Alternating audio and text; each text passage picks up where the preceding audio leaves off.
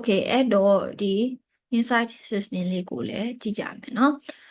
အဲ့တော့အကျင့်သစ်တွေဖြစ်လာအောင်လို့ဘာလုပ်ရမလဲဆိုရှင်သူတို့ကိုเนาะထင်ထင်ရှားနဲ့ဆွဆောင်မှုရှိနေအောင်လို့ကိုကလုပ်ယူထားရမယ်เนาะအဲ့ဒီခါကျလို့ရှိရင်အဲ့ဒီကိုကောင်းတဲ့ habits တွေကိုကိုကပို့ပြီးတော့မှ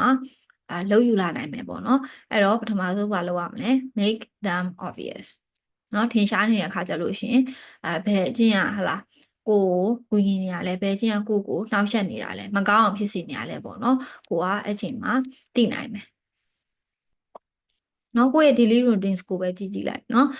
ကောင်းတဲ့ habit ဆက်ရှိမယ်မကောင်းတဲ့ habit ဆက်ရှိမယ်နော်အဲ့ဒါတွေကကိုယ့်ရဲ့ဘဝကိုပုံဖော်နေတာကိုအဲ့တော့ဟလာနေတိုင်းဟလာကိုယ့်ရဲ့ green ကိုသိမ်းတာကလည်း positive habit ဖြစ်တယ်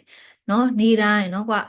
weight တော့ကျကျင်တယ်ဒါပေမဲ့ chocolate နေတိုင်းစားနေတယ်အဲ့ဒါကကြတော့ဘာဖြစ်မလဲ negative habit ဖြစ်မယ်နော်အဲ့တော့နော်ကိုယ့်ရဲ့ဒီကိုယ့်ရဲ့ဟလာကောင်းမွန်တဲ့နော်ဒီ habits တွေ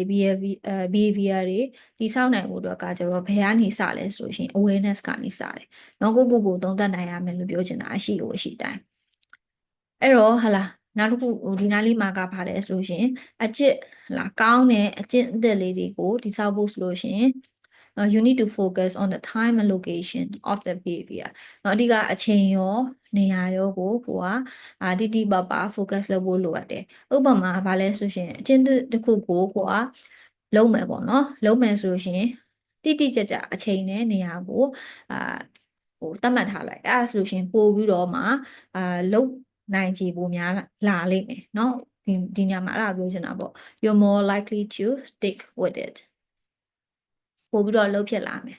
ဥပမာနော်နေတိုင်းဟလားညနေ6နာရီဆိုလို့ရှိရင်ဘာဖြစ်လဲ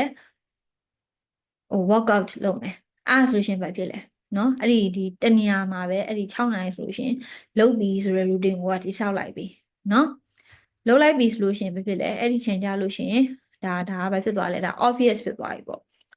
နော်အဲ့တော့ဟလား obvious ဖြစ်သွားတဲ့အချိန်မှာ attractive လုပ်ဖို့ကလည်းလိုအပ်သေးတယ်နော်အဲ့တော့ attractive ဖြစ်တယ်ဆိုတာကကျတော့ဘာလဲဆိုရှင်နော်ဒီ motivation ကိုဟလားပေးရမယ်ပေါ့နော်feed လုပ်ရမယ်ပေါ့အဲ့ဒါကဘာလဲဆိုလို့ရှင်ကိုကဒီအကျင့်တစ်ခုကနော်ကိုယ့်အတွက်ကိုနော်ပျော်စရာဖြစ်စေမယ်အဲ့ဒါဆိုရှင်ကိုကပိုလုပ်ချင်မယ်အဲ့တော့ motivation ရှိတယ်အဲ့ဒါကိုပြောချင်တာဥပမာကိုက Netflix ကြည့်ရတာကြိုက်တယ်နော်ဒါပေမဲ့ဖြစ်လဲ exercise လုပ်ဖို့ကလည်းလိုအပ်နေတယ်လုပ်တင်နေတယ်ပေါ့နော်အဲ့ခါကျလို့ရှိရင်ဘယ်လိုမျိုးလေးတည်ဆောက်မလဲနော် try watching your favorite show only when you are on the treadmill နော်ကိုပြေးနေတဲ့အချိန်မှာပဲငါ Netflix ကြည့်မယ်ဆိုပြီးတော့မှသတ်မှတ်ရမယ်အဲ့ဒါမျိုးပြောချင်တာနော် obvious နဲ့ attractive ဖြစ်ရမယ်နော်အဲ့ဒီခါကျလို့ရှိရင်အကျင့်တွေကပို့ပြီးတော့မှကောင်းလာတာဖြစ်တဲ့အတွက်ကိုယ့်ရဲ့လိုချင်တဲ့ healthier နဲ့ happier life ကိုရမှာဖြစ်တယ်ဟုတ်ပြီနော်အဲ့တော့ဟလာဒီညမှာကဘာပြောချင်တာလဲဆိုတော့နော်အဲ့တော့ဒီညမှာဘာပြောချင်တာလဲဆိုတော့နော်အကောင်းဆုံး plan မလိုအပ်ဘူး optimal ဆိုတာအရန်ကောင်းတာပြောချင်တာနော်အဲ့တော့အကောင်းဆုံးဟလာအကောင်းဆုံး plan ထက်ဘာဖြစ်မလဲဆိုလို့ရှိရင်လုံးဖြစ်နိုင်တဲ့ဥစ္စာကိုပဲရွေးရမယ်မဟုတ်လို့ရှိရင်အရင်if we are so focused on figuring out the best approach အကောင်းဆုံးကိုပဲ